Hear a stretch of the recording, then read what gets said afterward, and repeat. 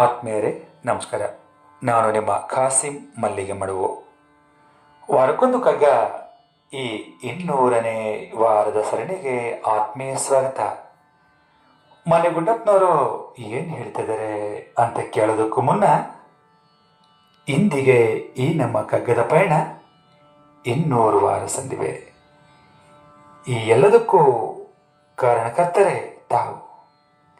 ತಮ್ಮೆಲ್ಲರ ಪ್ರೀತಿ ಪ್ರೋತ್ಸಾಹ ಇಲ್ಲದೆ ಹೋದರೆ ಖಂಡಿತ ಇದು ಸಾಧ್ಯ ಆಗಲ್ಲ. ಹಾಗಾಗಿ ತಮ್ಮೆಲ್ಲರಿಗೂ ಅನಂತ ಅನಂತ ಪ್ರಣಾಮಗಳನ್ನು ಸಲ್ಲಿಸ್ತಾ ಮುಂದೆಯೂ ತಮ್ಮ ಪ್ರೀತಿ ಪ್ರೋತ್ಸಾಹ ಸಹಕಾರವನ್ನು ಬೇಡ್ತಾ ನನ್ನ ಕಗ್ಗದ ಪಯಣದಲ್ಲಿ ಜೊತೆಯಾಗಿ ಸಾಕ್ತಾ ಇರುವಂತಹ ನನ್ನ ನಲ್ಮೆಯ ವಿದ್ಯಾರ್ಥಿನಿಯಾದ ನಮ್ರತಾ ನಾಯಕ್ ಅವರು. ತಂತ್ರಜ್ಞಾನವನ್ನು ಗೊತ್ತಿಲ್ಲದ ನನಗೆ ನಮ್ರತಾ ನಾಯಕ್ ಅವರು ಈ ಯೂಟ್ಯೂಬ್ನಲ್ಲಿ ತಮ್ಮ ತಂತ್ರಜ್ಞಾನವನ್ನು ಬಳಸಿ ಯೂಟ್ಯೂಬ್ನಲ್ಲಿ ಹಾಕುವಂಥ ಪ್ರಯತ್ನವನ್ನು 200 ವಾರವೂ ಚಾಚು ತಪ್ಪದೆ, 1 ವಾರವೂ ಕೂಡ ತಪ್ಪದೆ ಅವರು ಹಾಕ್ತಾ ತಮ್ಮೆಲ್ಲರಿಗೂ ಹಂಚುವ ಪ್ರಯತ್ನ ಮಾಡಿದ್ದಾರೆ. ಕಗ್ಗವನ್ನು ಪ್ರಕಟಿಸುವ ಜವಾಬ್ದಾರಿಯನ್ನು ಹೊತ್ತಂಥ ನಮ್ರತಾ ನಾಯಕರಿಗೆ ಧನ್ಯವಾದಗಳನ್ನು ಹೇಳ್ತಾ, ಹಾಗೆಯೇ ಅವರು ಕಗ್ಗವನ್ನು ಆಂಗ್ಲ ಭಾಷೆಗೆ ತರ್ಜಮೆ ಕೂಡ ಬಹಳ ಚಂದವಾಗಿ ಮಾಡ್ತಾ ಇದ್ದಾರೆ. ಅವ್ರಿಗೂ ಧನ್ಯವಾದಗಳನ್ನು ಹೇಳ್ತಾ ಈಗ ಕೇಳೋಣ ಮಾನ್ಯ ಗುಂಡಪ್ಪನವರು ಏನು ಹೇಳ್ತಾರೆ ಅನ್ನೋದನ್ನು.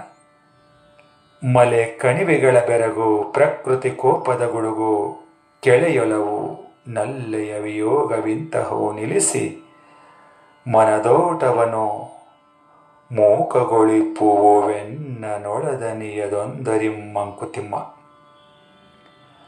ಮಲೆ ಕಣಿವೆಗಳ ಬೆರಗು, ಪ್ರಕೃತಿ ಕೋಪದ ಗುಡುಗು, ಕೆಳೆಯ ಒಲವು, ನಲ್ಲೆಯ ವಿಯೋಗ ಇಂತಹವು ನಿಲ್ಲಿಸಿ ಮನದ ಓಟವನು ಮೂಕಗೊಳಿಪು ಎನ್ನನು ಒಳದನಿ ಅದು ಒಂದರಿಮ್ಮಂಕುತಿಮ್ಮ.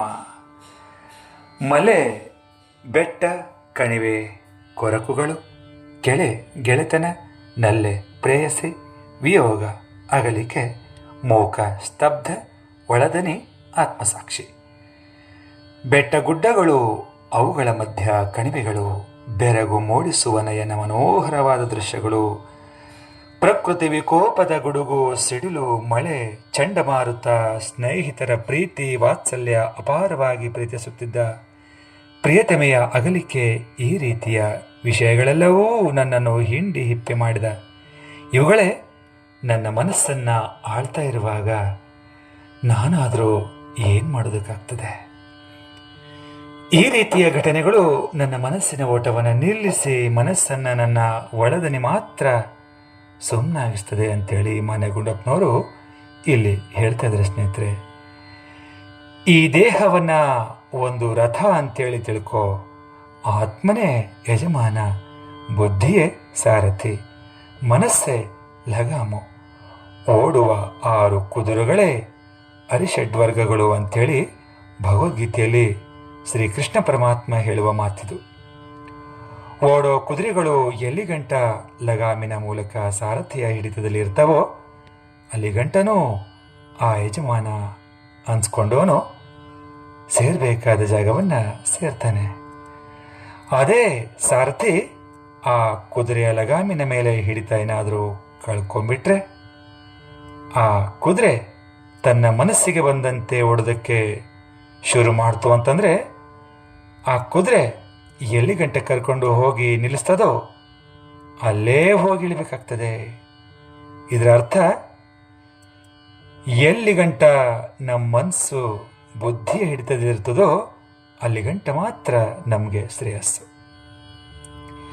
ಯಾವಾಗ ನಮ್ಮ ಮನಸ್ಸು ಬೇರೆ ಬೇರೆ ಕಡೆ ಆಕರ್ಷಣೆಗೆ ಒಳಗಾಗಿ ಇನ್ನೆಲ್ಲೆಲ್ಲೋ ಓಡೋದಕ್ಕೆ ಶುರುವಾಗಿ ಅವುಗಳ ಹಿಡಿತಕ್ಕೆ ಸಿಲುಕಿ ಅವುಗಳ ತೆಕ್ಕೆಗೆ ಜಾರಿ ಬಿಡ್ತದೋ ಆವಾಗ ಸಹಜವಾಗಿಯೇ ಆತ್ಮ ಸೊರಗೋದಕ್ಕೆ ಆರಂಭ ಆಗ್ತದೆ. ಸ್ನೇಹಿತರೆ, ಇದನ್ನೇ ಮಾನ್ಯ ಗುಂಡಪ್ಪನವರು ಸ್ವಚ್ಛವಾಗಿ ನಿಲ್ಲಿಸಿ ಮನದೋಟವನು ಅಂತ ಹೇಳ್ತಾರೆ.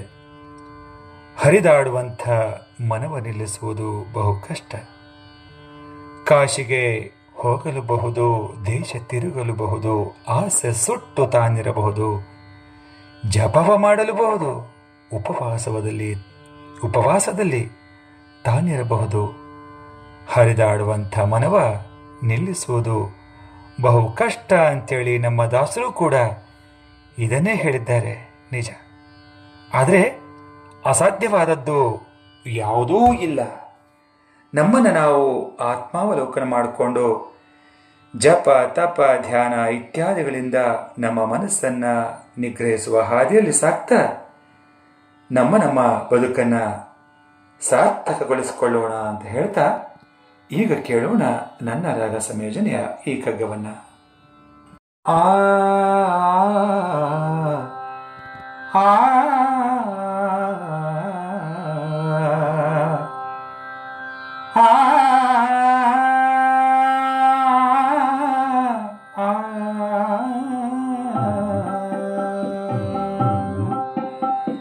ಮಲೆ ಕಣಿವೆಗಳ ಬೆರಗು, ಪ್ರಕೃತಿ ಕೋಪದ ಗೊಡುಗು.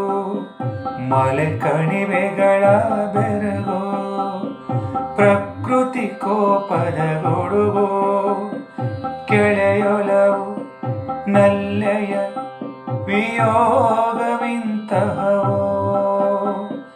ಕೆಳೆಯೊಲವು ನಲ್ಲೆಯ ವಿಯೋಗವಿಂತಹವೋ.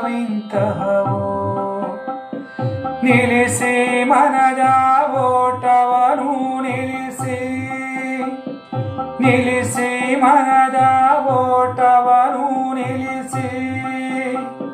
ಮೂಕಗೊಳಿಸುವೆನ್ನ, ಮೂಕಗೊಳಿಸುವೆನ್ನ.